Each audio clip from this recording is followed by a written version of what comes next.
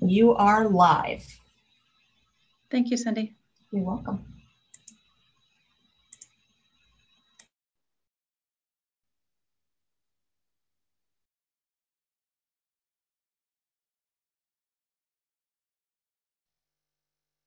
You are live and ready to go. Okay. Jenny, did you want to go ahead and start things off, or do you want me to? You can go ahead. Okay. Well, thank you all for joining us again. I really do appreciate you guys have been very diligent about your attendance, and I do appreciate the consistency. That's quite helpful. For those of you, I think everybody was at our last meeting, but for those of you who may not have been at our last meeting, we had a great presentation by our engineering staff and our Parks and Rec staff, which I thought was rather positive. I think all learned something a bit new, and hopefully it addressed some of the questions and concerns that you may have had going into the next couple of meetings, which will be actually formulating recommendations. So this meeting is one of our last meetings that we were equally trying to present information or help you formulate ideas that will again get you towards a recommendation stage that will then be sent to or presented to City Council. So this evening, we are, Devyani has been kind enough to join us. Devyani has been part of a parking study that's been going on for a couple years. I won't put an actual number to it, Devyani, because I don't want to misspeak. But she's been working with our engineering staff with a parking study that has a primary focus on the historic district.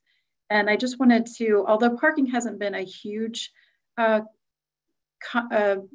hasn't been a huge topic for this group, I think it's still important to recognize that it is a unique area, and parking's always a topic that will be discussed when you're talking about a small confined area like the historic district. So Devyani is going to join us and give us a brief presentation about the parking study.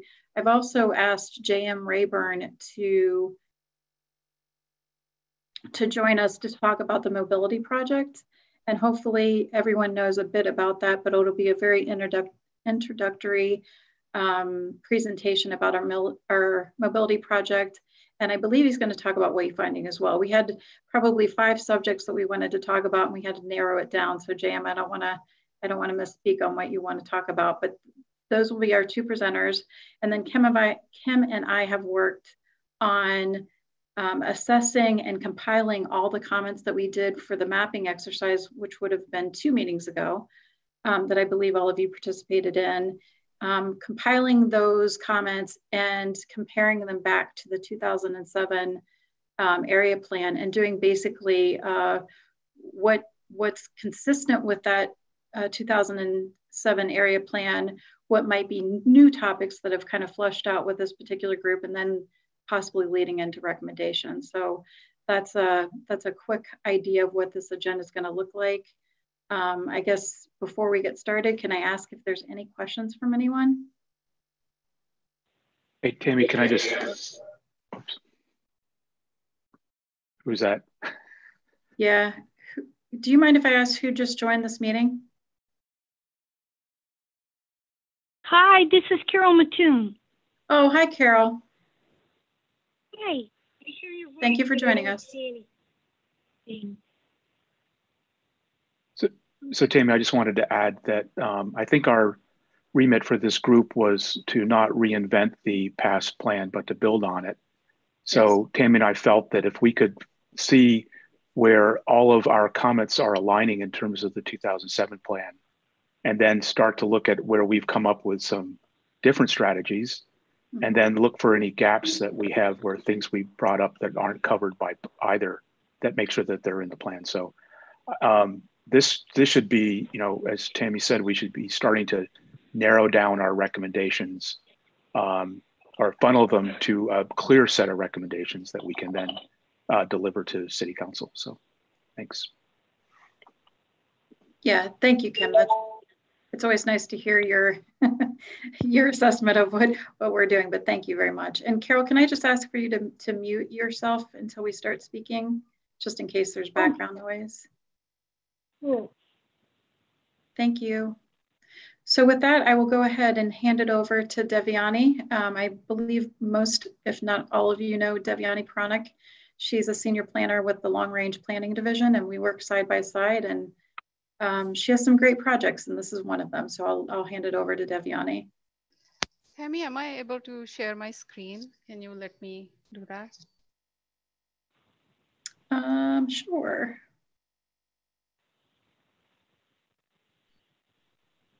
I think. Hold on. Yeah. I believe you need Tammy. Whoa, what happened to Tammy?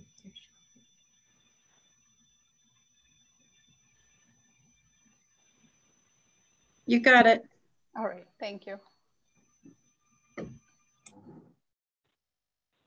Can you see it? Not yet. Okay. It Now? takes a few minutes. Yeah, it takes like a minute or so. There you go. Yeah, thank you.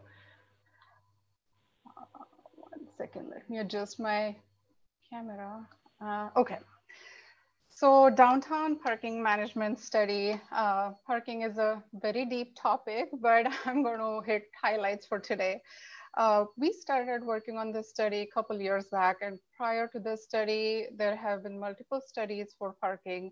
But what changed recently is our parking numbers and our garages and on-street parking. A lot of things changed in the last 2 to 3 years. That's what triggered this parking management study. And when we mean downtown Dublin parking management, it means historic district as well as Bridge Park area. So it is a large area that we are looking at. And again, the goal for this study was to look at parking comprehensively. There are multiple components of parking and how we can come up with policies that address all those components of parking. So why manage parking in downtown Dublin? Parking is a very valuable asset. People don't realize that it's very expensive asset too, even if people are parking for free within the district. It costs about $5,000 to $10,000 per space for surface parking, which sometimes includes cost of land, but it costs somewhere around $25,000 to $50,000 per space for garage spaces. So it's very, very expensive asset to manage. And so we have to be very careful in terms of policies for parking management. The premium parking spaces, and you must have heard about all these premium parking spaces, especially on-street spaces right in front of the business. People want to park there. It's very convenient to go to business and come out. It's very helpful for economic development. So these spaces are called premium parking spaces. And the goal is to turn them over quickly. So because the cars sit in the parking spaces about 95% of the time. So goal is to turn over these spaces very quickly. So they are available for next round of customers which are visiting the businesses. The more challenging part of parking management is behavior change, especially in the city like Dublin, where parking we are used to free parking. We are used to parking within 5 minutes of walk. So when it comes to encouraging use of garages versus on-street parking, there is a behavior change. And now with our mixed use districts, even historic district is becoming this walkable mixed use district. So these parking spaces become more and more premium than before. And our goal is to encourage use of garages for long-term parkers and keep those premium spaces for quick turnover to support businesses. And last element of this is being proactive in implementation of parking policies. We have learned from multiple cities, even Columbus, that changing policies after certain behavior is established is very, very hard when it comes to parking. So being proactive and implementing policies before changes start to happen, that's another component that we are looking at as well. This is the quick overview of the parking within the district, within Bridge Park, as well as historic district. All yellow is some type of parking, whether it's structured on-street, off-street parking. Zooming in a little bit for historic district, we are looking at on-street parking spaces. We are looking at public parking lots. This is the Starbucks lot, Bridge Street, High Street. So Starbucks lot is the Darby Street lot. This is the old map, but it's garage now. So between garages and other parking assets, there are over 1,500 parking spaces available within the district. And looking at the Bridge Street parking, looking at four different garages and on-street parking, there are about 3,500 parking spaces available in this district. So there is plenty parking available. There is great parking supply. In some cases, though it is not right in front of the building, that's when the challenges start to emerge. So the study that I mentioned, Nelson Nygaard are our consultants for the study. JM is going to talk about mobility study in a few minutes, and they are consultants for overall mobility for the city of Dublin too. So parking is part of overall mobility strategy for the city of Dublin. So as part of that, they have developed a toolbox for us. It is definitely applicable to historic district, but as we expand within the district or change within the district, these tools are still very applicable. We just have to pick which are relevant to the problem that we are trying to solve. So some of the tools that are included in the toolbox are shifting demand, distributing parking more evenly, meaning it shouldn't be too full, it shouldn't be too empty. Just right is about 20% parking availability all the time.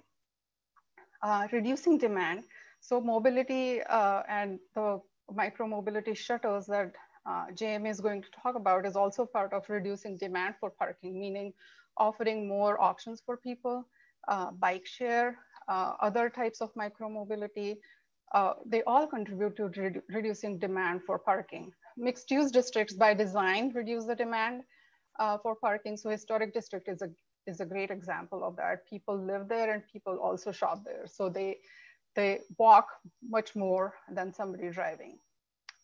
Expand capacities, meaning shared parking lots as much as possible. We should encourage that versus sticking to more private reserved parking facilities in the past. Managing event demand, and COVID is very different now, but when events were happening, managing events so that it doesn't, it eases constraints on everyday parking resources is another strategy. Deploying technology, and that's really big when it comes to parking and smart city initiatives. And I'll just touch on a couple other examples of that. And coordinated management. Like I said, there are multiple components of parking. That's on-street, off-street, garage, valet, rideshare, loading. There are multiple different components. So coordinating all these parking components as one system is what we're looking at. So when it comes to implementing these tools and policies, there are different things that we are looking at. Parking availability is the most important key performance indicator for district's parking management program, because it directly defines customers' experience, how they perceive parking availability or shortage. Availability, as we know, will be more difficult to maintain among districts' most convenient or those premium spots as we build in future, and especially during peak times. We all have heard about Uber surge charge. So it's something similar to parking assets as well. The most effective way to make sure that parking is available during peak demand periods, one of the tools is to start charging for these premium spaces. We are really lucky in the city of Dublin that we do not need parking revenue as resource or financial support for the city, but many cities start charging for parking because they need that revenue. Here, it's not our goal, even though in future, sometime if we start charging for parking, it is a tool to change the behavior, as I talked about earlier. And parking supply and demand conditions should be evaluated, monitored, and then they should be adopted based on the technologies that we are using. So we are not charging just for the sake of charging. Is it really changing the demand behavior and how we are managing that? It's constant monitoring system that we are looking at. JM will talk about mobility, but this is a great opportunity to include parking as part of overall mobility strategy. So leveraging the changing way people are moving these days. So rideshare is becoming more and more popular. Before COVID-19, about 30% of AC Marriott's rooftop bar, Beso, their traffic was rideshare traffic. There are people using delivery options. There are loading zones that are being used for different purposes. So it's changing a lot. So adding shuttle programs and other programs, like I mentioned, will also help with parking management within the district. Then there are different opportunities to test technologies. 161 is part of more larger US 33 smart corridor. So using these technologies, and not really relying on old-fashioned hardware system like meters or kiosks, but using more apps and test methods to manage parking is becoming more and more popular. We can also install things like sensors, cameras to really evaluate the availability of parking, how long people are taking to find that parking spot that they're looking for, how long people are parking in that particular space, how long or how much time are they spending within the district. This is all the data that is very important when we're deciding for parking policies. Collecting data, like I mentioned, data in parking is very, very crucial.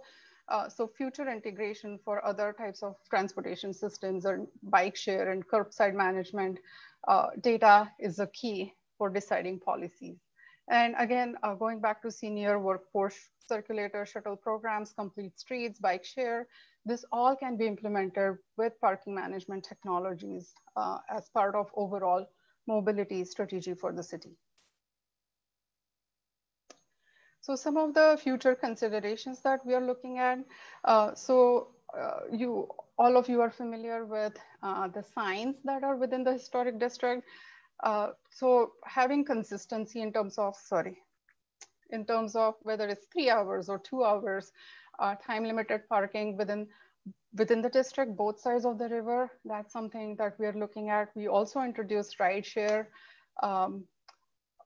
signs within the district, especially closer to the bars and restaurants. So that's another thing that we looked at. So having more consistent message throughout the district is our goal short term.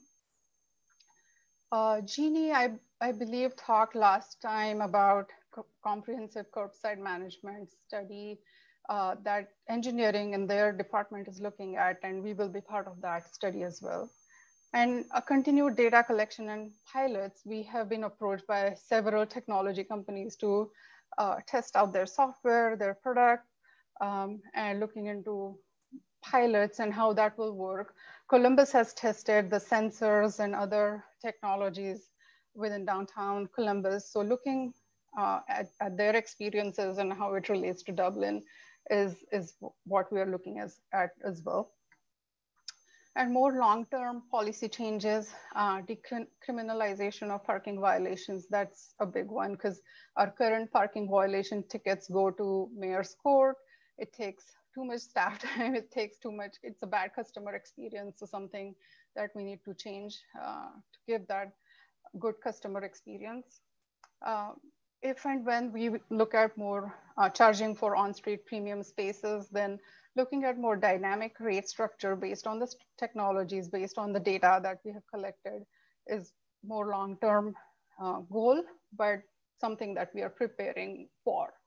And then none of this is, this works without enforcement policies. So having somebody to actually check if people are doing things as they're supposed to based on the policies implemented. So looking at more customer service oriented enforcement opportunities is another long-term goal that we have for parking. I think that's very, very high level overview of parking. If you have any questions, I'll be happy to answer any questions.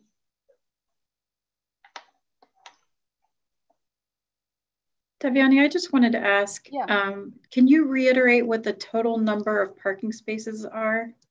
So in historic districts, it's about 1,500, a little bit less than that, Okay. but plus the private parking lots. So it's numbers are quite high.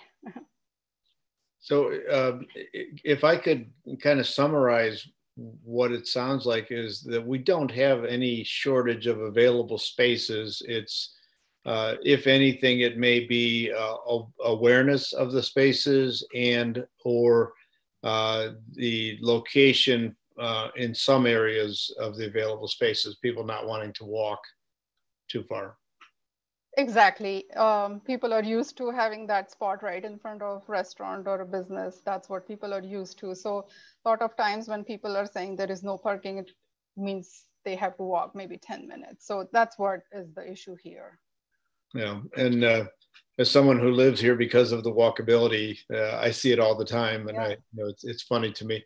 But the other question I have is, you said use of technology. Are you going to find? Are you going to start implementing parking availability applications so people can look and see where the spots are, those kind of things? Yes, definitely. So we have been approached by two companies. One is the in-ground sensors, and Columbus has done pilot for that. Westerville just did pilot for that. We have to look into it because it's actually taking out piece of the asphalt and putting the sensor in. That was one, and then another company approached for the cameras for parking availability. But without an app, the availability to customer is not apparent yet. So it has to be 2 or 3 different technology companies designing this pilot, but it's definitely something we are looking at. And there's somewhat of an immediacy to that because in the historic district, they're getting ready to undertake, well, they're paving a couple of the streets as we speak, getting ready for that. And then they're going to be undertaking a repaving of South High Street and Franklin in the next year or so. And I would hope that any of those technologies could be incorporated into those plans. Yeah, definitely. I'll keep that in mind for sure. But again, group like yours, if you have good recommendation for us to really implement these technologies, that helps us to solidify the policies or the project going forward. Would you look at the technology for the entire Bridge Street district as well as the historic district, or is this? I'm assuming you're going to put whatever you're going to put into is going to be comprehensive across. Correct. So the company that we talked to, they are doing it, and they think their product works really well for off-street public lots or on-street spaces, not in the garages. So historic district, public parking lot, and the on-street spaces lend them, like it's made for it essentially. It's just how invasive it is and how much it's going to cost us. That's where we have to negotiate with them.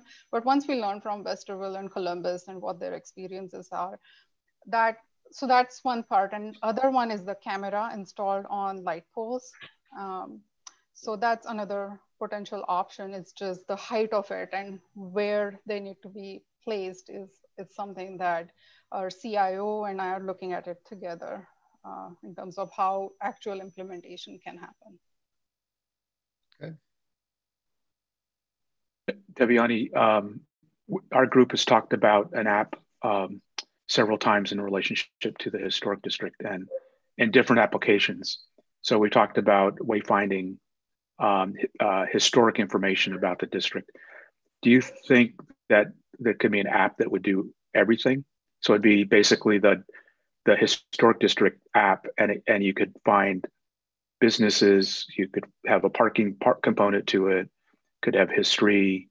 It seems like one app that served everything would be the most useful to people.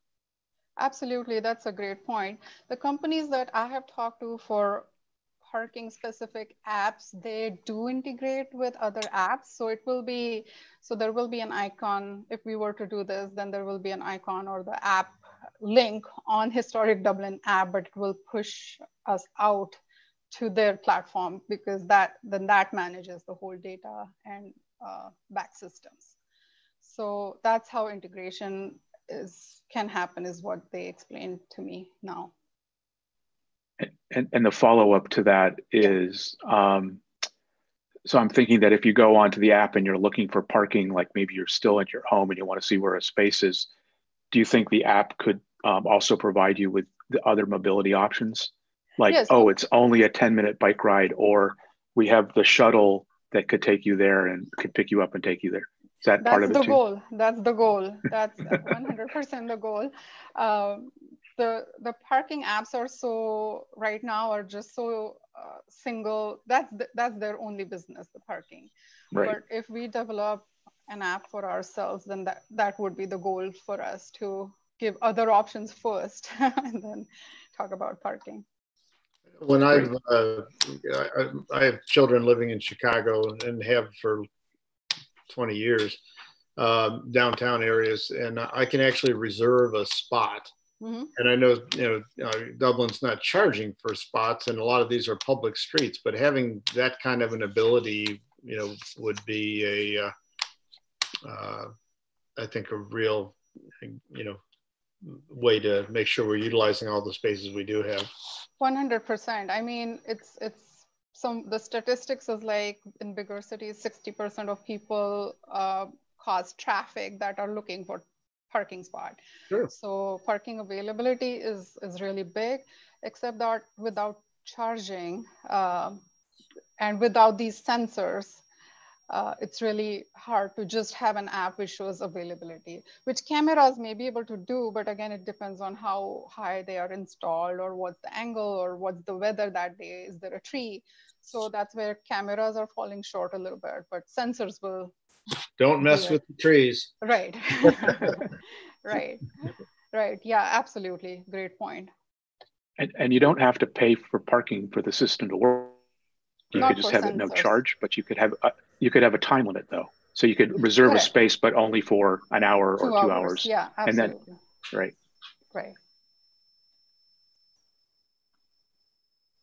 How would it work if you reserved a space, say in front of the barber shop, and then you didn't show up because you didn't pay for it? Yeah, you didn't pay for it. Right. So so would that space be left unusable in front of the barbershop? I mean, there are multiple layers of policies that we can add that say after 30 minutes, nobody shows up at that spot, so it's available for somebody else. So, I mean, it depends on cities how to incorporate those policies and those layers. But that's something that I would think that maybe 30 minutes is the window to wait, and then somebody else can take that spot. Or you only have reserved spots in a few specific areas. So maybe the street spots are not reservable, but the ones in the city lots are, type of thing. Right. Well, and if it's cameras, you could do license plate recognition, so that if you put your license plate in for a space and you don't show up within a certain amount of time, then it would release the space. Mm.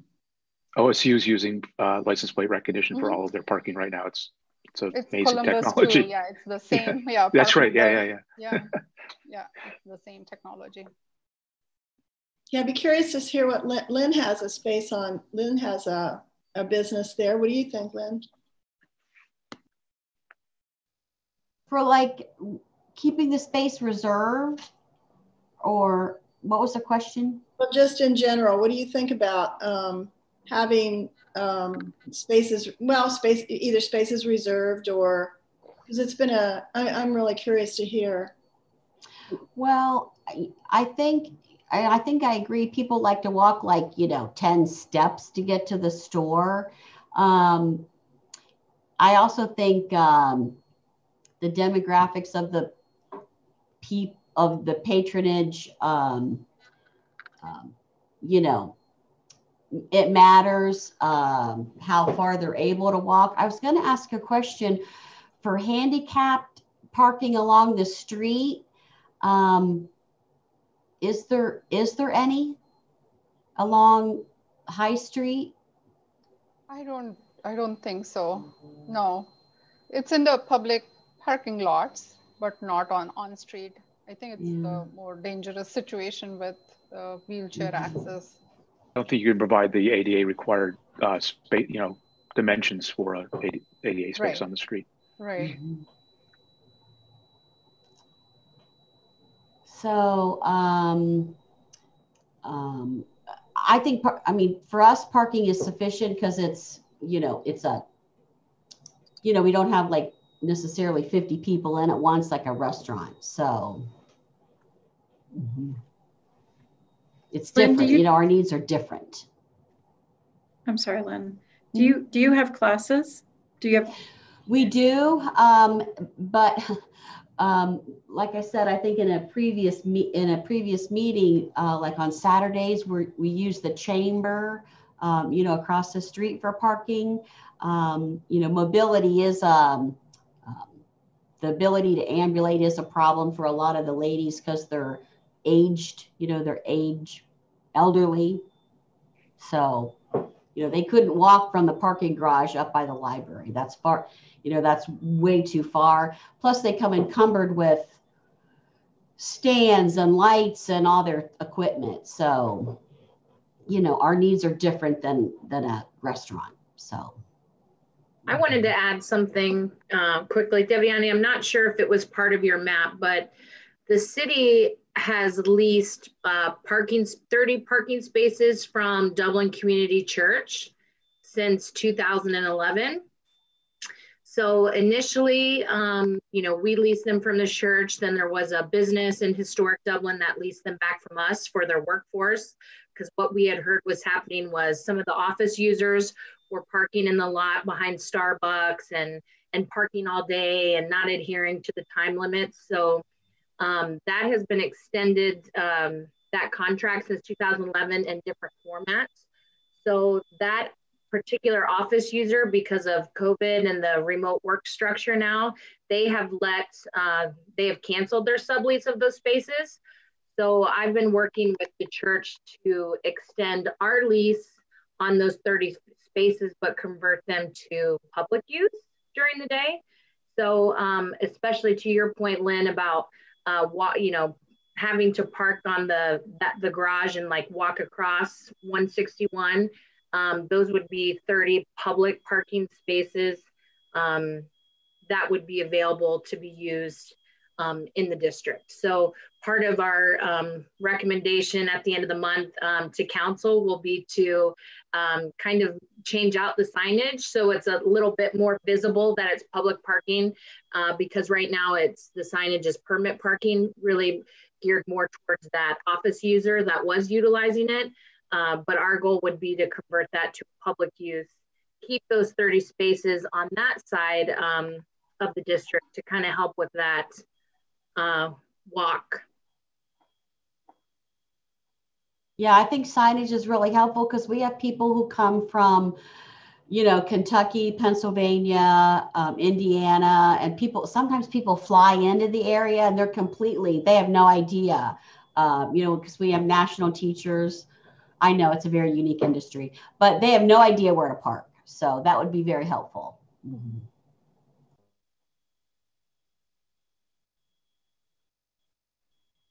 Are there any more questions for Deviani? Oh, I'm sorry. Just one, Deviani. Because we have some elderly populations that frequent some of the areas, do you think that the parking management would make them feel like they couldn't park because maybe they don't know how to use apps?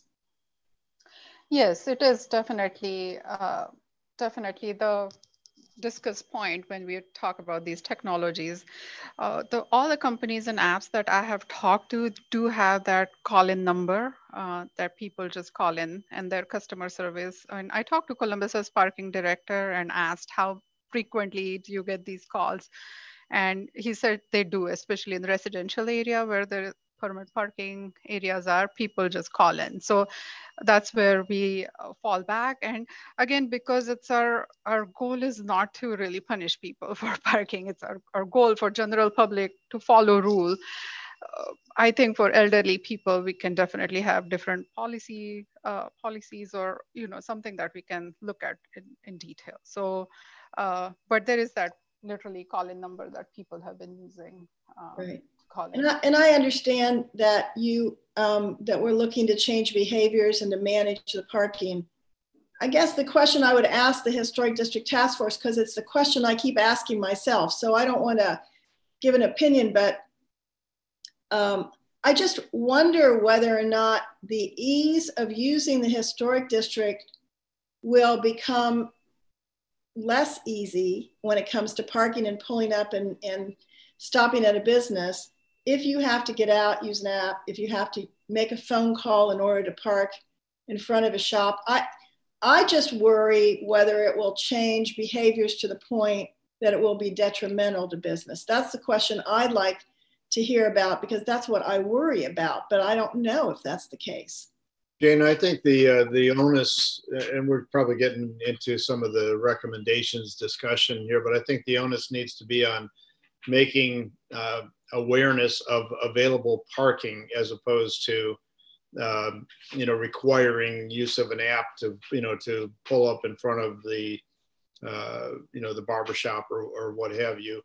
So therefore the app might be more focused on being able to create a map with green dots that show where there is a space available, as opposed to perhaps, we talk about reservations and that sort of a thing, unless reservations happen in a, one of the public spaces, but in general, I think because of the nature of what we have and with the people coming in, if you have an app that just says, there's 5 green dots on South High Street that are open right at this moment, yeah, I'll run over there and look for them. But in the meantime, if somebody driving in from Indiana that has never used the parking app, hasn't downloaded it and so on, sees it an available spot, they ought to be able to grab it. That's my thoughts. Okay.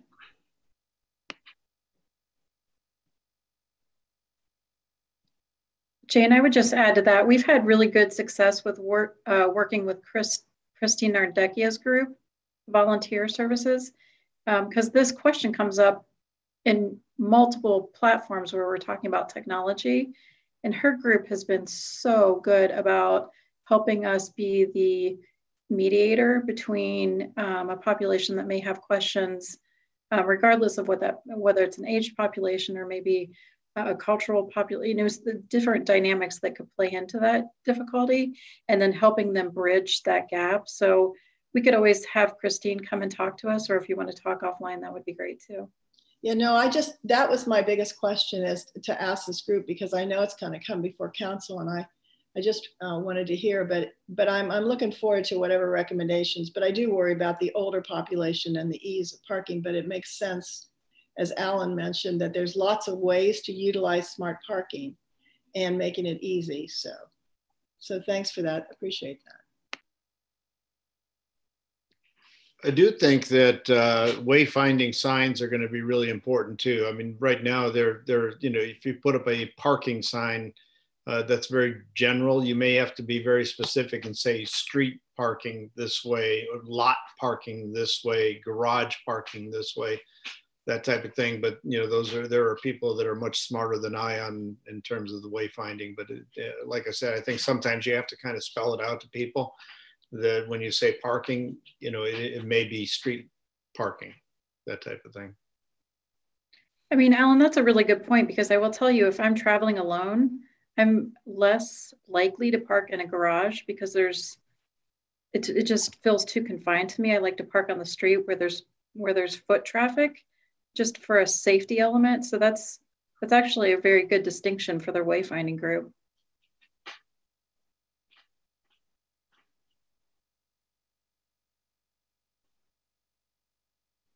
Kathy, I think you're muted, but we'd love to hear what you have to say. Yeah, I got it. This is for Devyani. I was just wondering, so like when they put sensors in the street, I mean, like those 1,500 parking spots in Old Dublin, does that include like all the street parking potentially along, say, Franklin Street and, Riverview Street? I mean, would that include, sensors on those kind of side streets also? No, I mean, yeah, the 1,500 number includes all the parking spaces, Okay. including garages. But their recommendation when I was talking to Columbus and Westerville and this company, the sensors work really well for on-street spaces. Now we can phase it for most premium spots to more secondary tiers and also public parking lots. So they work really well. Now, in some cases, I mean, if we want most accurate data, then they have to be in every single parking space. Some companies put it in every third parking space and run algorithms for parking availability. So there are a lot of different things that are coming up. But if we were to look at sensors as our pilot project, then I think we will start more phased approach, look at the pilot for one public parking lot that's most used and some on-street spaces. To get really good understanding of if this is the right solution for us or not. So you might focus on, say, the library garage and spaces along, High Street or something like that. Spaces both north and south of High Street, and I think one public parking lot, whether it's Starbucks lot or whether it's Darby lot, one of the lots, I guess. Garage, I don't know. Garage is good option for it yet or not, for sensors in ground. Cameras maybe, but that's because we want to keep it for free and we want parkers to park in the garages more. I think looking at public parking lot, surface lot is a better option. So do we now count the number of cars that go in and out of the garage? I mean, do we have that kind of data now? So our enforcement, we don't have parking enforcement staff in the city. Our code enforcement people periodically do that as part. I mean, it's not their job, but they do it. Mm-hmm. So that's where technologies become more important. We don't have recent data for garage occupancy yet. But from, I think, February, March, it was winter time. It was not full at the time. And COVID is also not giving good like the real rates of it too. So we don't have a good data for garage, but rest of the areas for on-street, we were looking at about 80 to 100% full, especially during peak hours, both sides of the river, on-street spaces. But Devyani, because you don't take tickets, how do you measure who goes in and out of the garage? We don't measure. But you're just saying that occupancy is based on observation? Observation. I gotcha. Yes. Okay. Yes. I also wanted to say that, this group doesn't have to solve the details of like a managed parking system, but our recommendation could be that we want to encourage the city to move forward with some kind of a managed parking system and let them worry about the details, because the details are probably too complicated for us to solve as a group, not knowing anything about parking. That's a great point, Kim. That's why you're the chair. Thank you. Are there any other questions for Devyani? Head nods. Okay. Thank you, Devyani, very much. I really appreciate it. It's, again, normally it is an important topic of all parts of the city, but again, in a geographically challenged area like a historic district, it's always an important topic. So we do appreciate you coming in. Well, joining us, I guess. So thank you. And as I mentioned, J.M. Rayburn, I'm not sure that most of you have met him, and he, again, is part of the long range, hi J.M., part of the long range planning division, and he's been shepherding our mobility project for almost about 2 years now, and has done an excellent job of transitioning this program as a pilot program that's geared towards multiple, I guess, demographics. and then also transitioning through the COVID crisis. So I will let JM go ahead and introduce himself, and JM, I'll give you the floor. Thank you. Good evening, everyone. Can you hear me okay? All right. I shared my screen. Can everyone see the PowerPoint presentation? Okay, great. So I'm going to talk to you about what we're doing with mobility projects. They do complement a lot of the parking management strategies that Devyani just shared. And she did give you a little preview of what we can expect. For my, okay, here we go. The outline for this presentation is going to be very simple. I'm going to give you some background on the mobility study. I'm then going to tell you about some of the strategic priority areas that we're focused on based on the feedback and initial data that we gathered.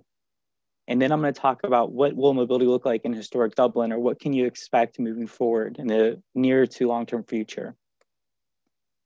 The Dublin Mobility Study was started about 3 years ago, and it was really a plan for how we can be of better service to our residents, to our workforce, to our visitors, and understanding what their needs are to get around town if they don't have a vehicle at their disposal.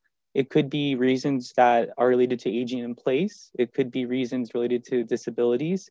And it could be socioeconomic reasons, particularly with our workforce, that they don't have the means or the resources to complete their trip in a good amount of time to maintain their employment in the city. As we take a step back, this did begin in 2017 with a lot of public outreach. We hosted a workshop, got a lot of great input from the public and partners in the region. We developed our vision and key objectives, excuse me. And from there, we began to phase out the mobility study, and we were able to manage the input that we got, the studies, and also lean on our consultants that are experts in this area. We combine all of that to hit a lot of milestones in the mobility study. The key objectives are important. It really guides us and informs the mobility study moving forward. First and foremost, we want to support economic development. We also want to provide an equitable access to mobility and transportation services throughout the city.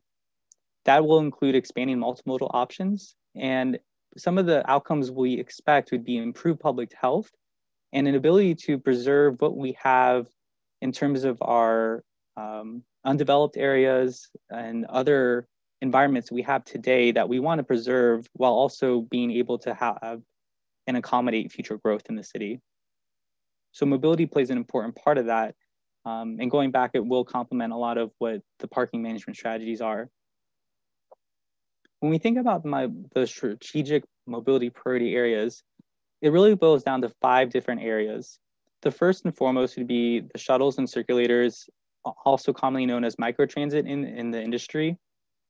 Bikeshare has been one of the top, I think it was the top most requested mobility improvement when we began doing the public workshops 3 years ago. And another way of looking at Bikeshare is it's usually put under what we call shared micromobility, which could include scooters and other equipment or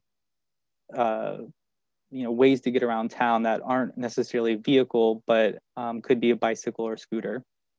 Wayfinding on shared use paths is important, and we did talk about wayfinding in other ways in this presentation and conversation already. And this is really focused on how can we connect to the regional trail system that's in Central Ohio, and how can we create more accessibility to that system and also have it complement the shared use path system that Dublin has, which honestly is quite robust and far advanced compared to our other suburban communities in the region.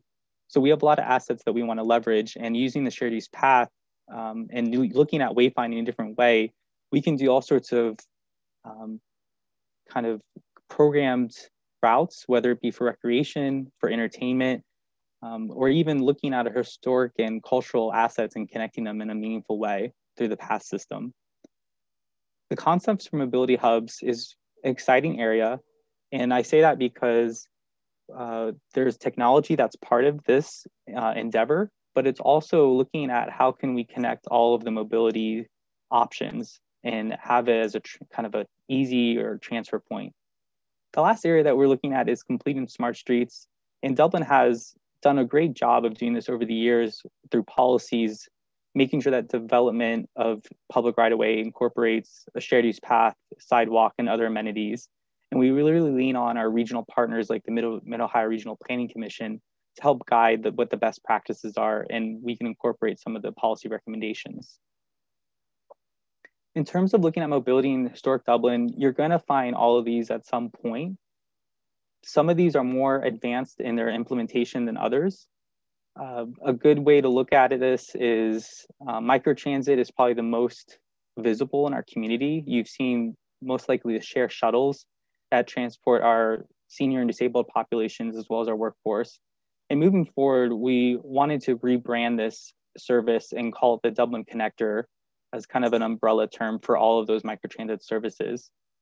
And you'll be seeing those, if you haven't already, in historic Dublin. Wayfinding on shared use paths, we are working on two pilots of wayfinding, one of which goes right through historic Dublin. And as we continue to refine and build out these pilots, we'll share that with you.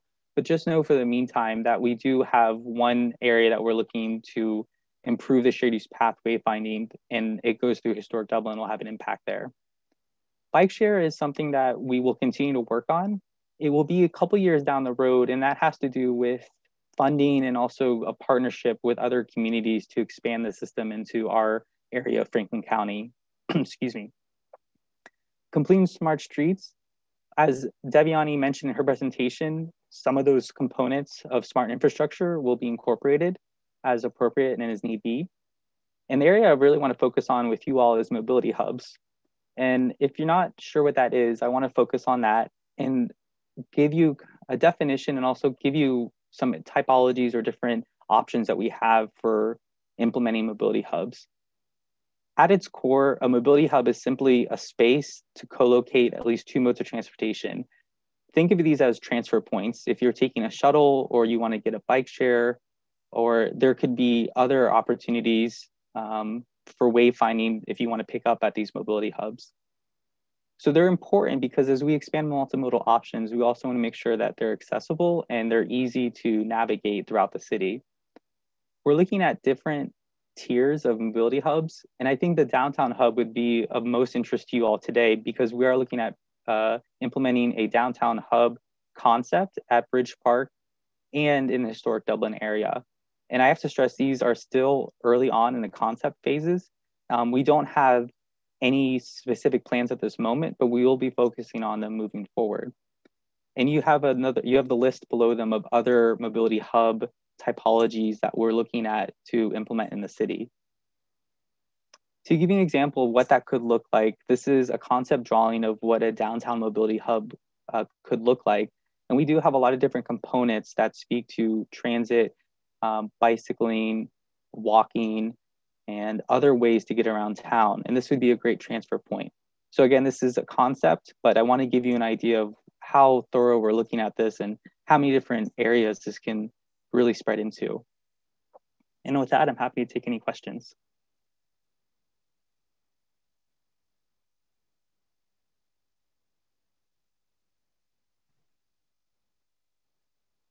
JM, I think you've just dazzled them with your knowledge.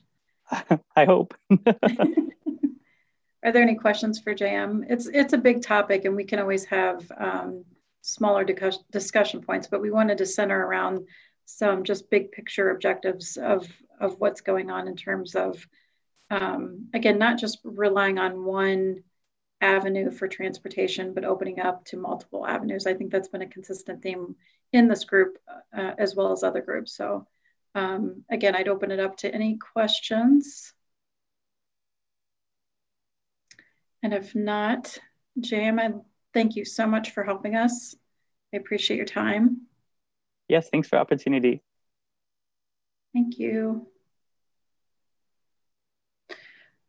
Okay, so the latter part of our meeting tonight was again to focus on, for all of you that had participated in our August 4th meeting, Devyani had helped us, as well as Kim had facilitated a mapping exercise where we took all of the comments that this group had gathered in the first 3 meetings that we had at the beginning of the year.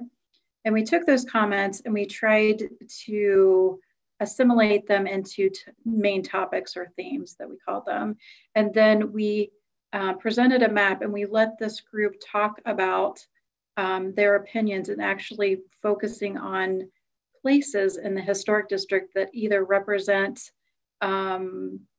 objectives that you would like to highlight or things that you would like to see addressed through the recommendation process. And it was a great, this group is always really great about discussing fully their ideas. And so essentially on our website, we currently have the map up. It does have all of the examples that this group had provided, as well as any type of comments that would have been associated with the project. It is still up. You're still able to provide comments. If you know anyone that would like to provide any additional comments, that would be wonderful. But the purpose of what Kim and I were hoping to accomplish, and again, the second part of this meeting, is to take some of the comments that we compiled from that mapping exercise and start to draw similarities to the 2007 area plan for the historic district. And Kim, I don't want to steal your thunder, but I wanted to maybe make a conclusionary comment that when we went back and took the comments and looked at the area plan, there is a strong connection to a lot of the recommendations that are already in place with the, well, that were in place with the 2007 plan. And I'd like to, I'm a numbers girl, so I like to go with numbers, but I would say 80% of your recommendations or thoughts that are leading towards recommendations had been compiled in some way, shape, or form that previous area plan. So to Kim's original point, we have a good basis or a good starting point to work off of. So the next exercise, we're going to kind of dive into that a bit. And so Kim, I don't know if you want to share your screen or you want me to share the screen, but I wanted to pull up the presentation. I think you should share the screen, Okay. Tammy. Okay. But I just wanted to say that I think the process we've gone through and the meetings, you know, before we had our little break and coming back, I feel like we've been quite independently thinking of the future of the historic district beyond what the 2007 plan might have said. And I know we had one session where we reviewed that plan, but I feel like people have really stepped away from that and thought independently. And now it's kind of bringing it back to say, where are we in alignment with that plan and where do we differ? And then that hopefully will form the basis of our recommendations. So I feel like the process has been good in terms of really opening up and thinking differently and broadly about the historic district.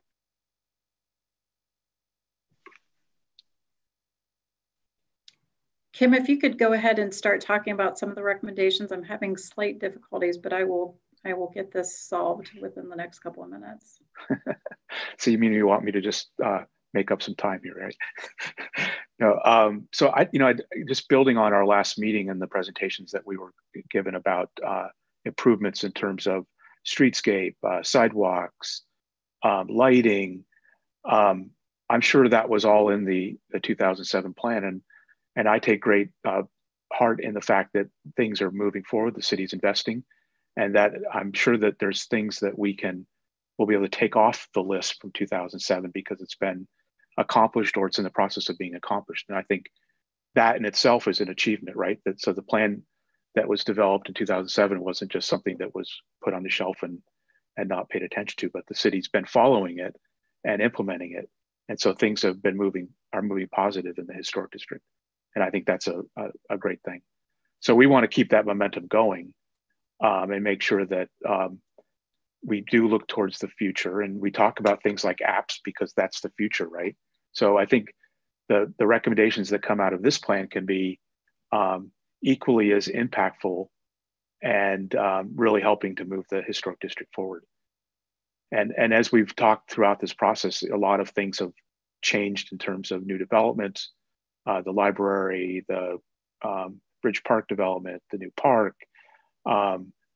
So it's an area that has been just growing and changing. And I think one of the things that I've gotten out of a lot of these recommendations, and that I think I heard pretty clearly, is the fear of people that we're going to lose the essence of the historic district because it's all just going to change. And I would hope that this group does make a strong recommendation that the historic character and qualities of the assets of the historic district really be scrutinized if they are challenged, and that there be a extra overlay of review, public comment, whenever anybody wants to change something, to take out a building or to remove a building or change a building dramatically. That certainly I feel like this group really wants to respect the historic district for what it is. And so I think one of the overarching recommendations should be something like that. Now that Tammy has the presentation up. Anybody have any thoughts about that comment?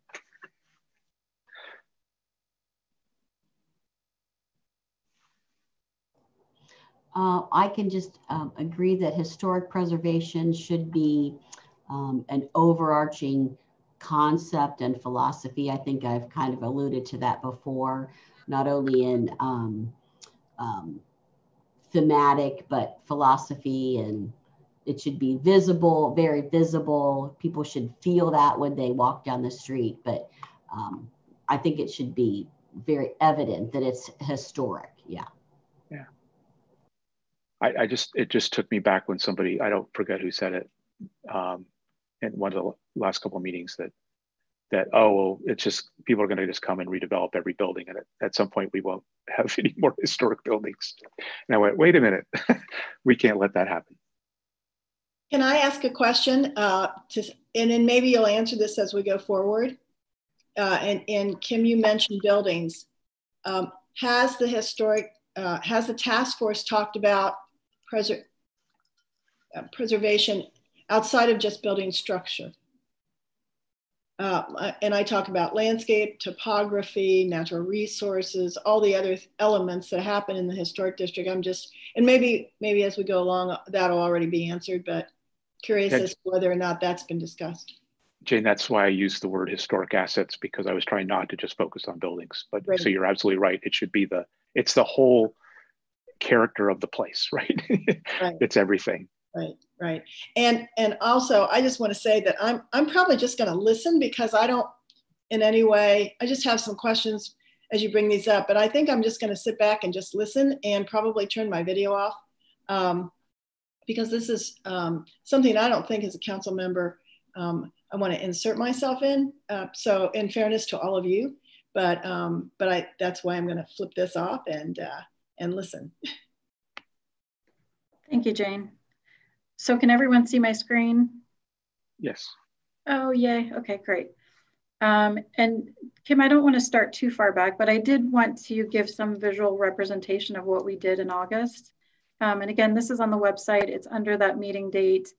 But essentially, we wanted to start pointing to places and things in the historic district that tangibly represent what this group likes and perhaps what they would like to see modified in some way, shape, or form. So the color-coded system is based on the themes that we created. There's things like open space, traffic, preservation, those sorts of things. And they're color-coded, and with each there are comments. So enclosed is the link if you would like to, I guess, review the comments that this group had collectively provided. Or again, if you have other outside entities that would like to share in this task. But the results were really really well put together. So I appreciate that effort with the group. And then Kim, I'm gonna keep scrolling, and at some point I'm gonna let you start talking. But again, these are all the comments that we compiled with that mapping exercise, and there's no modifications to these comments. They're I've written them how they were presented. So I try not to do too much wordsmithing. I don't want to misrepresent what someone's comment is.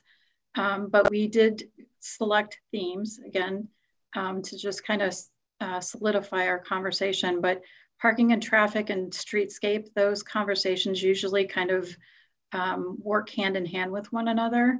So if you want to, I'll just pick a couple, and Kim, please feel free to jump in. But I found it rather fascinating with this group. It was almost, I dare say, a consensus, but there was a pretty well-established number of you that had basically said there's not necessarily parking issues in the historic district. It's just basically a management issue that maybe Devyani helped solve a bit. Excuse me. And the other thing that I thought was a really good point that this group brought up is that you don't want any more parking lots. You don't want the historic district to become a complete area engulfed with parking lots. So I thought that was a really good comment. In terms of traffic, a lot of comments were oriented towards pedestrian safety, clarification of where certain activities, whether it's vehicular traffic or pedestrian traffic, where those activities should take place, and do so obviously in a safe environment. But lastly, one of the biggest things I thought this group talked about was streetscape and how we make it how we make it feel like a historic district, whether that be through landscaping or amenities or lighting or signs. How do we distinguish this area of town from other parts of the city? So Kim, before I go on to the next set of comments. Yeah. Well, this is an example of where I think we can check the box, because based on our conversation with city staff last week, the whole the sidewalk issue, the AEP overhead line issue seems to all be being taken care of. Yeah. And there may be some gaps in it, but based on our asking questions last week, it sounded like all of the issues, and others will have to talk about specifics, seem to be headed in the right direction, including the streetscape along South High Street, which we had a presentation on the redesign of that, which will totally change the character of that street. And it looks like there'll be new trees and new sidewalks and the walls so that whole area, and new lighting. So it seems like this whole slide, other than the conversation we just had about parking, I think what I'm hearing from this group is that managed parking is what we would be recommending, rather than more parking or to solve the problem. So I think this is a good example of where what we've heard is the city's moving forward with improvements that are going to really help and change the district. Yeah, no, that's a very good point. Can I make a comment here? Yeah, of course. Yeah, and I think something maybe the task force could put forward is, that streetscape presentation we got 2 weeks ago. They actually presented it to the ARB for comments last week, and so I mean I think that's a good policy for, even though the city's going to come in and make, a lot of visual changes to the district. I think it's important to get that ARB feedback, even though, say, city council is going to make the final decision, but their feedback about the changes, I think, would be important to also be presented to city council. So I think that's just a good policy to follow. I'm not sure if they always do that or just for major changes, but I think that I liked seeing that, yeah, they did present it to ARB last week. And Kat, I didn't see that presentation. Was it the same presentation that we were given? I wasn't able to attend the meeting either, but I think, yes, I think it was the same presentation. Yeah. So one caveat with my comment about all that is that we saw a snippet of what South High Street might look like, or a piece of it. I think it would be helpful to understand, other than just in a plan view, the scope of it, that what will the street look like when the improvements have been made, the new trees, the overhead utility lines gone down, whatever we're doing with the lighting, so people have a picture of what the future might be, more than just a snippet of it. I don't know if that is available or not, but it would just be helpful if we're going to adopt that. Yeah. Well, that we know. I do think the ARB did. I saw part of it. I was kind of late, but they did ask for other like renderings, other views. So they may be seen more than we were presented, but not sure. Kathy, I may follow up with you just to make sure we're referencing the same meeting, just to move forward. But thank you for that. And Tammy, do gateways come in further along? Honestly, at least in terms of the mapping exercise, gateways, the whole idea of gateways, it wasn't a huge topic that we discussed, but I actually lumped that into streetscape. So if you'd like to talk about that further, I think this might be the appropriate place. Yeah, I just heard several task force members mention a couple times about the gateway on Bridge Street coming in from both directions from the highway, in terms of what's the experience of kind of coming into the historic district. And I also heard mention of coming from the east across the bridge, and the kind of the presence of the existing businesses along there, and how it's kind of a little bit messy. Mm-hmm. And whether there could be additional efforts there in terms of streetscape to just, like the parking lot for Domino's, could that be screened more? And so we weren't looking at a parking lot, and maybe the sidewalk's wider, I don't know. And then on the other side of the street, you've got Bridge Street Pizza, and you've got those businesses, and it's got a lot of curb cuts and stuff, whether that whole area could be looked at as a separate piece in terms of gateways. Yeah, and it does transition quite rapidly. So I do think that that's something that should be discussed, and how we navigate that. So, right. I'm going to go ahead and go to the next set of comments, and I can always go back. I don't want to hinder conversation. So probably a good segue from the last set of discussion points is character. And this is always going to be something that should and will be important to not only this group, but other groups assessing the historic district, is just what's appropriate for the historic district in terms of the type of architecture, what type of scale, what type of mass, what's appropriate in the historic district in it. It also probably goes hand in hand with what Jane was talking about in terms of preservation. What is the level of preservation that we're looking to achieve? Kim, wayfinding.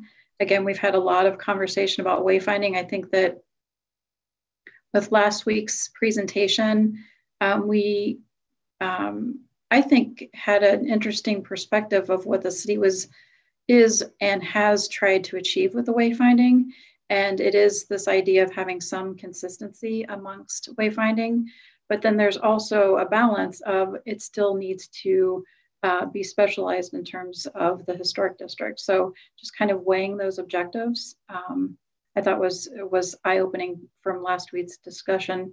And then something that I will say wasn't overly discussed in the 2007 area plan is vitality to the historic district. And we've entitled it entertainment, but how do we get people to the historic district? How do we get them to stay in the historic district and enjoy their experience in the historic district? So some of the comments that you've provided all go to that navigation topic of how we get there, and then how do we stay there, and why do we stay there? So just different activity levels in the historic district. So Kim, I'll let you highlight some of the things that you might think are important in these comments. Well, again, it goes back to what I said to begin with about the fear of losing the character of the historic district. I think all the things we've talked about, that we need some very strong language about an extra level of scrutiny when we're addressing redevelopment or renovation in the historic, especially south of Bridge Street. I'm sensing that's the strongest feeling. North of Bridge Street, we still have the area along the river with existing homes. I'm sensing there's less. I know people still feel like that is an important part, but I'm sensing more interest in really preserving what's south of Bridge Street. I may be wrong. I'm just speaking from what I thought I heard. And again, I don't think the current. I'm not sure that the current regulations really prevent people from changing things ultimately, right? And I'm sensing that people would like to see that have another layer of scrutiny, and that maybe you can't stop people totally, but you can make sure the process is rigorous enough that if somebody wants to change something and have it look different and not historic, then they've got to have a pretty strong reason to do it. Mm-hmm. Yeah, no, I think, and when you say change things, you're talking about welcoming or I guess reviewing newer types of development in the historic district, correct? Correct, right. Yeah. Yeah, so. Yeah. Yeah. Can I hear some comments regarding that from the group? Because I do think that's a really important conversation. Well, I could just make a comment on the homes on North Riverview Street.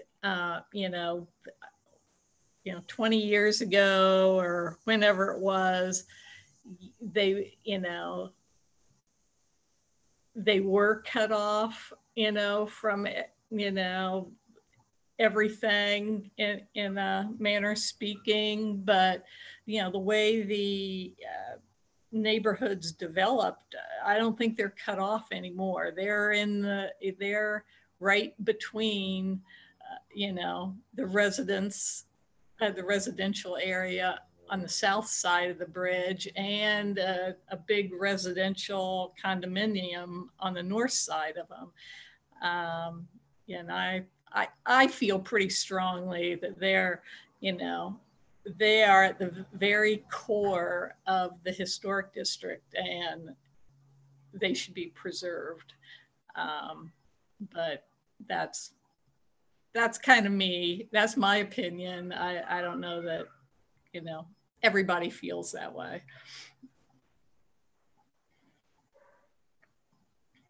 Do any of the other members have comments? Because again, I think this is an important conversation. I think the caveat, just before somebody else drives in, is, and I don't think we got to it in any of our presentations, Tammy, but isn't a large part of that property under single ownership now? Yeah. Yeah, it is. Yeah. So it puts it even more at risk, Kathy. So absolutely. And I'm happy to have language in there about preservation, but I want it to be the consensus of the group that of how we talk about that. Well, that was, just, your comment about making it difficult for people to redevelop areas. That would hold true with this neighborhood, that, these homes are being, let fall into disrepair, and then they come to the ARB and say, well, we have to tear them all down. Yeah, they're just, we just need to make sure the city ARB takes maybe a strong stand that you can't just let something fall into decay because you're neglecting them and then come ask to, tear them down. I mean, that, with that, that sort of policy, that we're just really not going to have a historic district.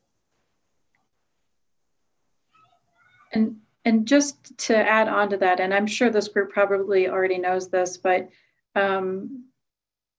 there is a demolition process that's required if property owners are removing structures, and that does go through the Architectural Review Board. I don't know if anyone's actually either participated or been party to any of those cases, but honestly, that's been a strong discussion point, not only with our staff, but of course with our board and city council of where do we draw that line, if you will. We don't want them to get in disrepair. We've also started looking at our property maintenance regulations to make sure that we enforce a proper maintenance of buildings and that they don't become, I'm going to use the word dilapidated, but if they don't become in disrepair because either the property owner can't or won't maintain the property. So there are things that are taking place, but those are great recommendations from this group to continue to further not promoting demolition unless it's necessary and so forth.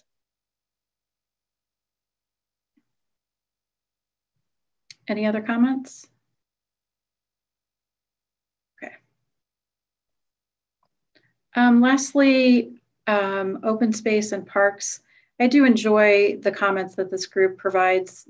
You've always provided very, very, very specific ideas of how and what you would like to see in terms of preservation. And of course, Indian Run has been a discussion point in the past as well as currently for preservation, what activities you want to see along waterways and what activities you don't, general accessibility to the waterways, and just making accessibility to our parks and our open spaces a little clearer for those people who might not be familiar with our community. So I would say that there's a strong alliance between these comments and the previous plan, but I guess, again, I'd like to open it up and see if there's any other comments that you'd like to provide in terms of anything we haven't covered or anything that you would really like to promote in terms of open space and parks. So Tammy, I think the comment about do not encourage high-end condos alongside a river probably needs to be back with in the other part of under the other category, like we were just talking about. That might be the language that we're trying to get at. Yeah. And I think we learned where Kiwanis Park is last meeting. It's across the river. So I think that whole park presentation was really good, and I understand the scope and the use of the parks, and I think that's all headed in a very good direction. I have two things that, again, I keep thinking about, and that's the protection of Indian Run. And if we still don't understand what the current boundaries, restrictions, and of that are, and I think we would want to put some language in here that hopefully sets a higher level of protection maybe than even exists now in terms of that as an asset. Again, that's one of the assets of the historic district that Jane wanted us not to focus on just buildings, but other things. And the connection, the other thing that I keep thinking about is the connection from the park that's on the south side of the bridge up to High Street. That there's you kind of come to that park, and then it just ends. And I think it would be really nice to have some designated, even if it's just a designation in the roadway, or if there's could be a sidewalk that people know that they can connect back up to High Street and access the facilities along that. Those are the two things that I think of. And then the other thing, I'm sorry, there's three, because we also talked a lot about introducing some other pocket parks throughout the historic district. And I think, being intentional about that conversation also, where we would like those to happen. I think the map, I think we designated some areas. So it'd be nice to be specific about that. Yeah, and I don't want to add too much to I want to facilitate the conversation and not cross my boundaries as a task force member. But the other thing I wonder for this group's discussion is, should there be a singular focal point where activities take place? I know that when we did the tour with Heritage Ohio, someone had mentioned how the church used to be a primary area for activities. And I don't know, and I'm truly asking this question, I don't know if we have a place in the historic district that is that kind of go-to place that you would expect. If there's going to be a farmer's market, that's where it's going to be. Or if there's a live entertainment venue, that's where it would be. Can anyone share with their experiences? Is there a place in the historic district that you would typically see as a focal point for gatherings?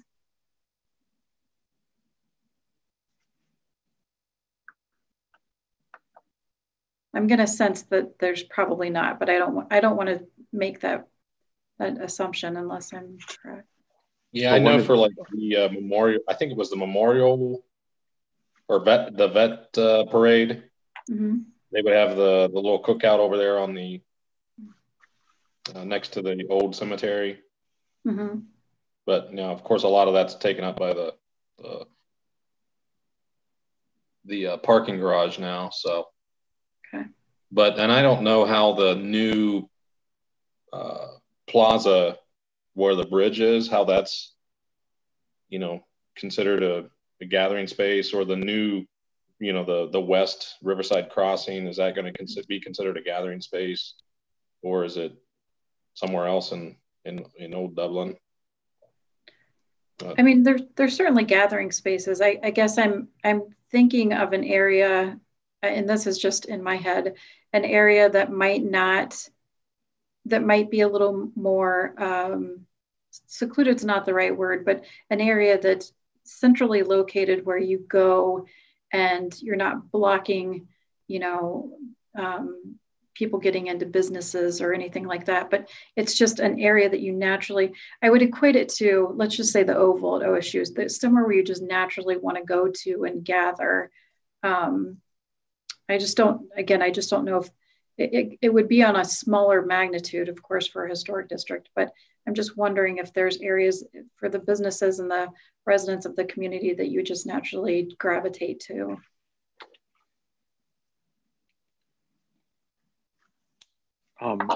Tammy, I think that the park is going to, the park on on the other side of the river that's emerging is likely to kind of take on that role in terms of that bigger kind of gathering space. Yeah.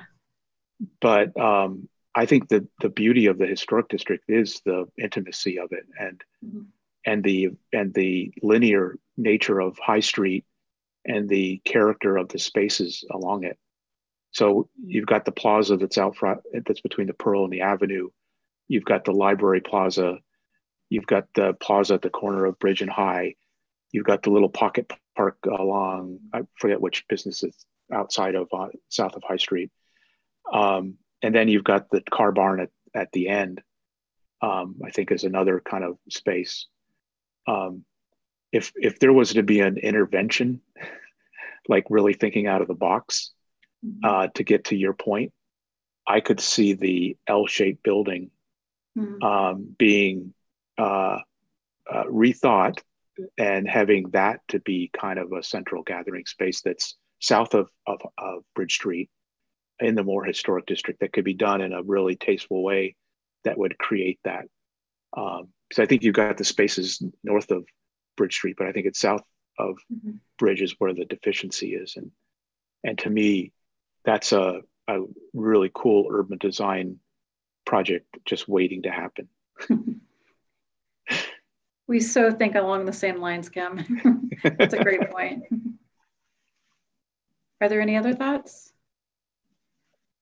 Okay.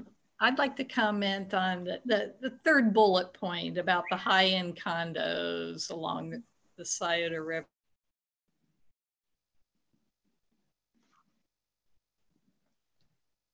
We may have lost you, Kathy, or paused.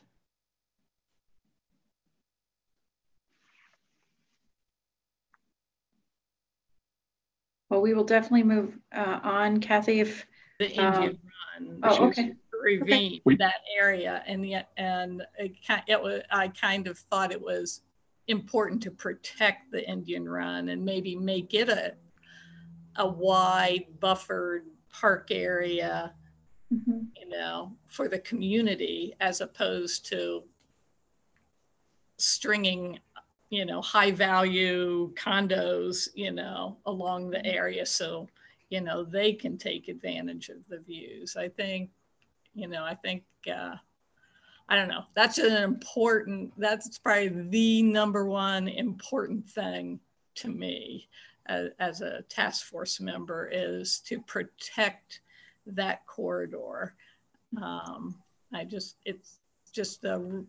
It's a gem for Dublin, and it should be protected and shared with the community. No, we appreciate that. Go ahead, Kim. I just said here. Okay. I think we're in agreement. We just got to come up with the right language that does that. Exactly. The next couple of slides, I feel like we've already accomplished this, but it's, again, an intentional tie into some of the recommendations that this group has made to the previous plan. And I don't want to linger on this point too long, because I think Kim's already made several great points of there is some great consistency amongst the plans. So we'll just, next couple of slides, we'll just generally talk about what the previous plan talked about. One of the first recommendations that the plan talked about was gateways, and the idea of basically knowing when you're entering and exiting the historic district. And lots of our conversations have alluded to that same idea of creating an environment that's different than other parts of the city. Streetscape, again, creating something that looks different than other parts of the city. We've been very consistent about talking about the importance of sidewalks that look different, amenities that look different. I think in several of our presentations, to Jane's point, that it's not just buildings, but it's amenities, stone walls and landscaping and lighting, all of those things that kind of play off of each other that lend towards the creation of a historic district. Vehicular and pedestrian safety. A lot of discussion has been made about where we feel that there are safe avenues for pedestrian traffic, and quite frankly, where they're not, specifically the roundabout at 161. I thought this was an interesting comment from the previous plan about shared parking. And I think that's been a common theme with this group of not increasing parking, but having some agreements or agreements is a great way to put it, amongst the business owners to not have the necessity to create more parking areas. And lastly, this was a point that was probably, Kim, I don't want to misspeak, but probably a newer concept back in 2007, but this an idea of mixed use, and that people want to walk and live and gather in spaces in close proximity to one another.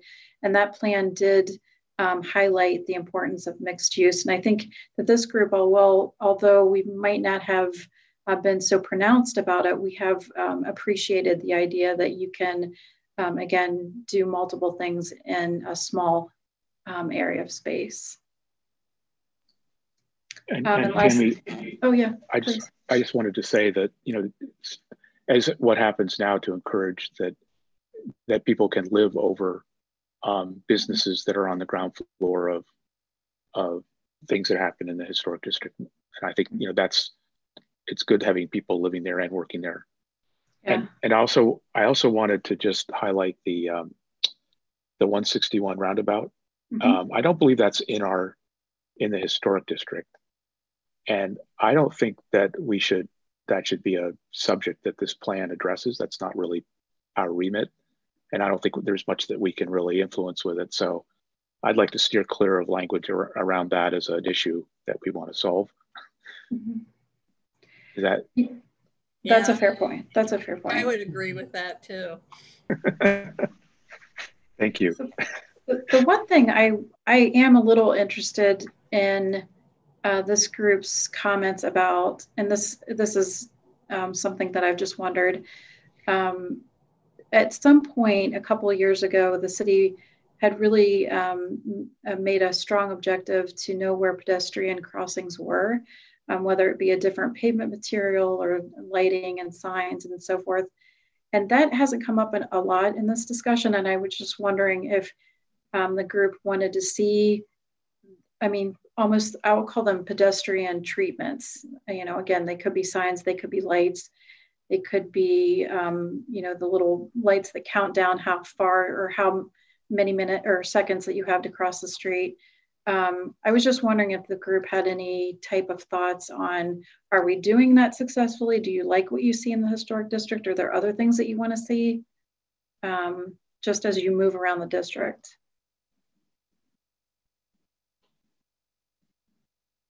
Well, I think one kind of difficult pedestrian area, the crosswalk in front of Starbucks. I mean, it sounds like that's going to go away when they put a traffic light at Franklin. So I think that kind of confusing area will be resolved in the future. But yeah, other than that, I mean, I guess, you know, I don't think anybody enjoys pushing a button and all the flashing lights and voices, you know, warning you and everything. You know, it's just kind of unpleasant, but it's probably a necessary unpleasantness. I don't know, but yeah, you know what I mean? Mm-hmm.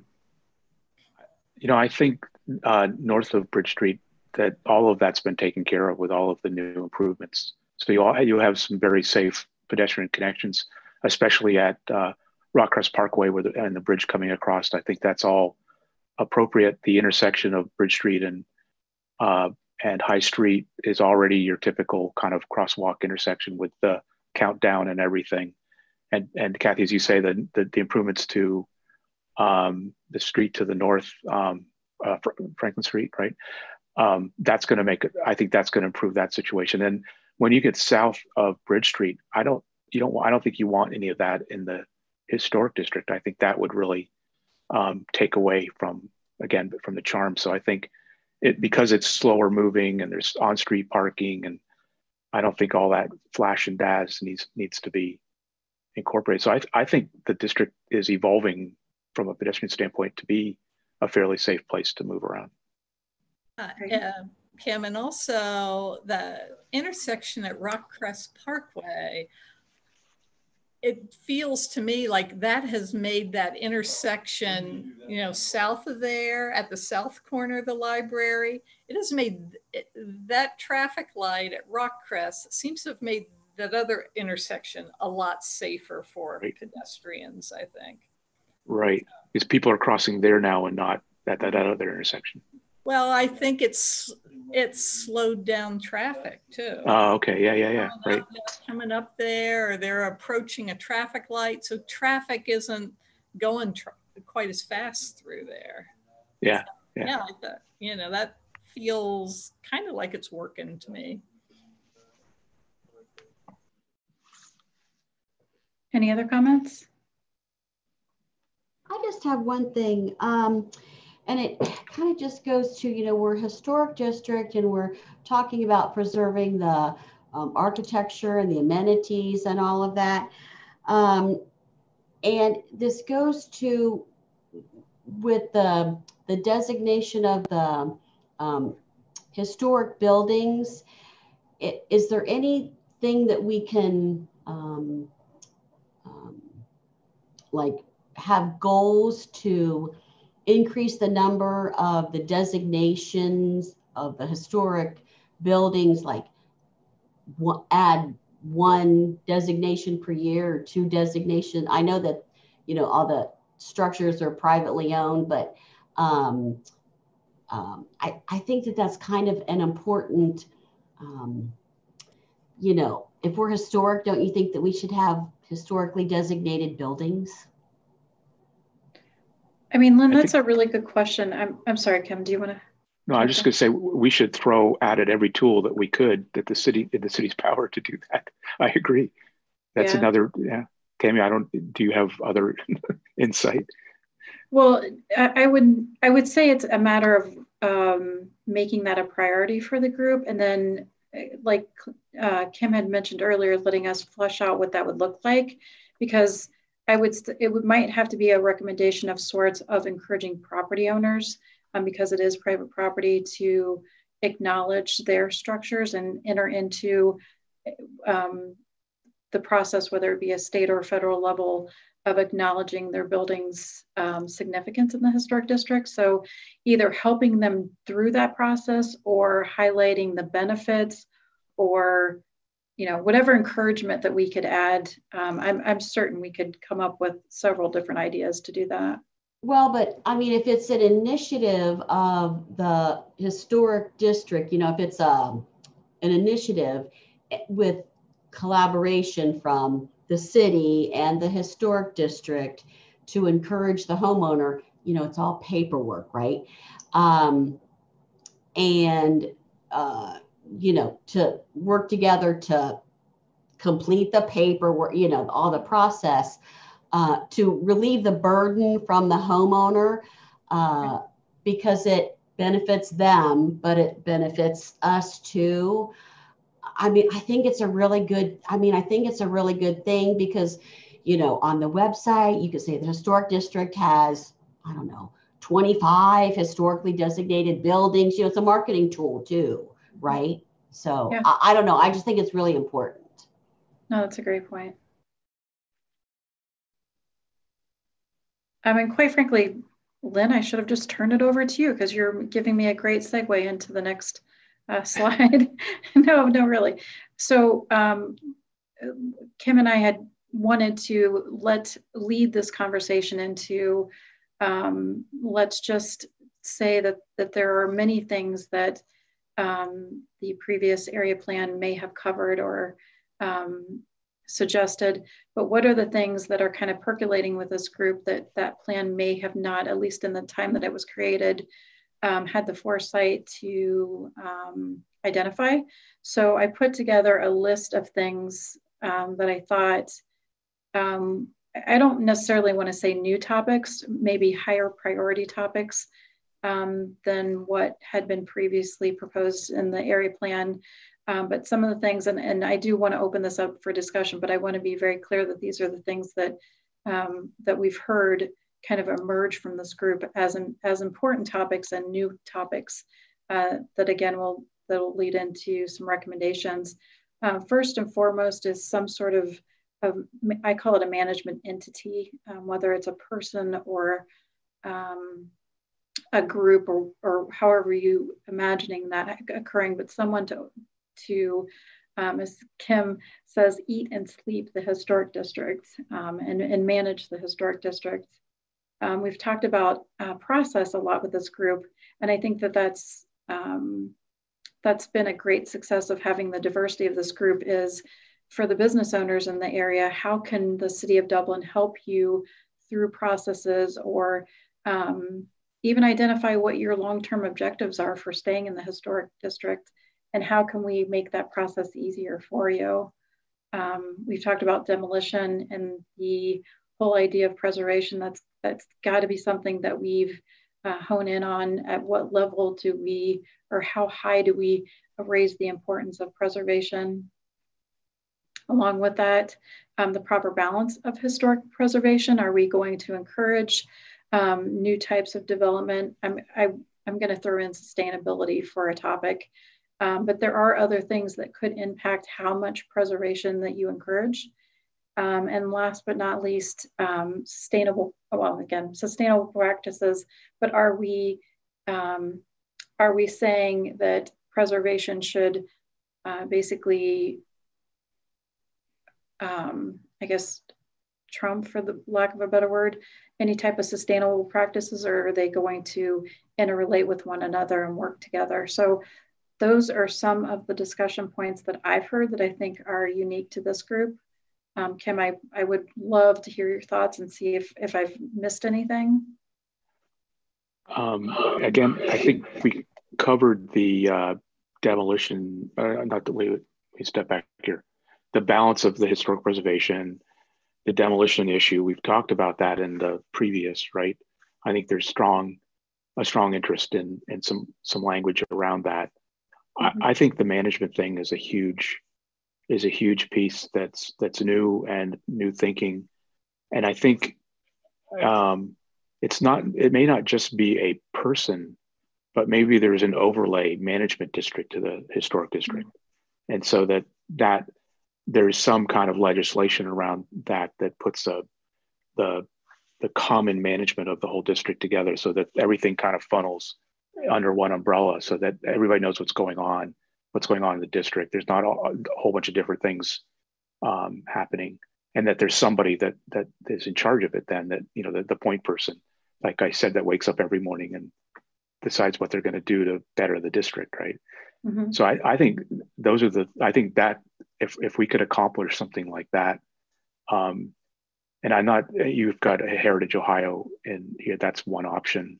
Mm-hmm. I think we should, I'm not sure that this group can zero in on the actual entity, but I think it would be the encouragement to set up the district and set up the management of the district, or the management of the management district, and somebody to be the person that manages it. I think of all of the things in this list, I think, you know, that covers a lot of the things that we're talking about, because it's people that are worrying about parking, and people are worrying about streetscape, and people are, you know, if you have that in place, then a lot of this stuff gets covered. And if they have a plan that they're responsible for to guide them, then they have their mission right set forth for them. Yeah, no, that's and your point of clarification is well founded. It's not to point to any one entity, because again, that wouldn't be the purpose of the group. But even should there be some oversight or different oversight for the district. So yeah, thank you, Kim.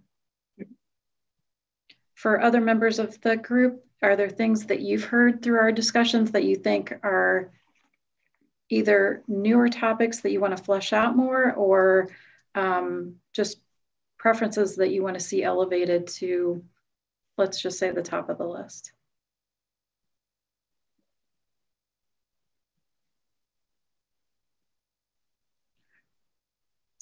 Well, so again, the whole purpose of all of this is trying to set us up for the next couple of, at least one, if not two more meetings to start formulating recommendations. So again, I really appreciate the participation of everyone and being consistent and active. It's made this process very, very simple. But we do have some work ahead of us in the next couple of meetings. In terms of what that looks like, I think we want to have a few internal discussions with ourselves and Kathy and Kim, just to talk about what we think those meetings should look like. We will stay on the same schedule. Yeah. Oh, hi, Kathy. Yes. Tammy, I was, wondering, since we do have to do some thinking about all these ideas, could this PowerPoint be made available to the task force? I mean, put in our, whatever Outlook or whatever that Teams area is or something, so we could access, Absolutely. I think it's on the website, right, Tammy? Yeah, it will be, but I can certainly send it to individually to the group if you think that would be helpful as well. I'm willing to do anything that you think would engage everyone. Yeah, it'd just be good to, be able to read through it and, ponder everything. Mm-hmm. So Tammy, the format is really difficult to kind of work as a group to kind of like hone this. I think it's just a little bit more cumbersome. Do you think it would be that staff could take a stab at drafting the recommendations based on what we started here on the conversation today? That would be something that we could react to and add to, like a framework, so that we weren't like starting from scratch? Yeah, absolutely. The only caveat that I would put to that is if we were to do that type of exercise, I would at least at a minimum want to include yourself and Kathy. One of the important elements of the task force was that staff not put any type of wording in your mouths, and that it be a kind of a grassroots effort. So I don't want to, we can certainly give you something to react to, but if you would be willing to be a participant, that would probably, in my mind, be a fair solution. Yeah, if we were all in a room together and we could put a flip chart up on the wall, we'd start listing all of the recommendations and we could edit them on the spot. And I think that unless there's a format where we could do online, that might be more cumbersome. So be glad to help review and comment and put those draft recommendations together. Okay. No, I appreciate that. And I do appreciate the patience of everyone. This obviously a virtual format is, especially for a task force or a small group of individuals trying to strategize, it does pose its limitations, but we can certainly work around it and see what we can do to get this group started and identifying recommendations. So I guess with that, I would say, Kim and Kathy, if you don't mind, I would like to get in touch with you more about the next meeting. For the sake of the group, we are still planning on meeting on the 15th. I'm going to keep it at 4:30 unless there are objections otherwise, and I would really like to keep it at 4:30. But if there are no other questions, I would look forward to seeing you on September 15th at 4:30. Are there any other questions? Okay, thank you, Lynn. Any other questions? Okay, thank you, everyone. I really appreciate your time. Thanks, Tammy, for all your efforts. Thank you. Yep, thank you. Thanks, everyone. Bye.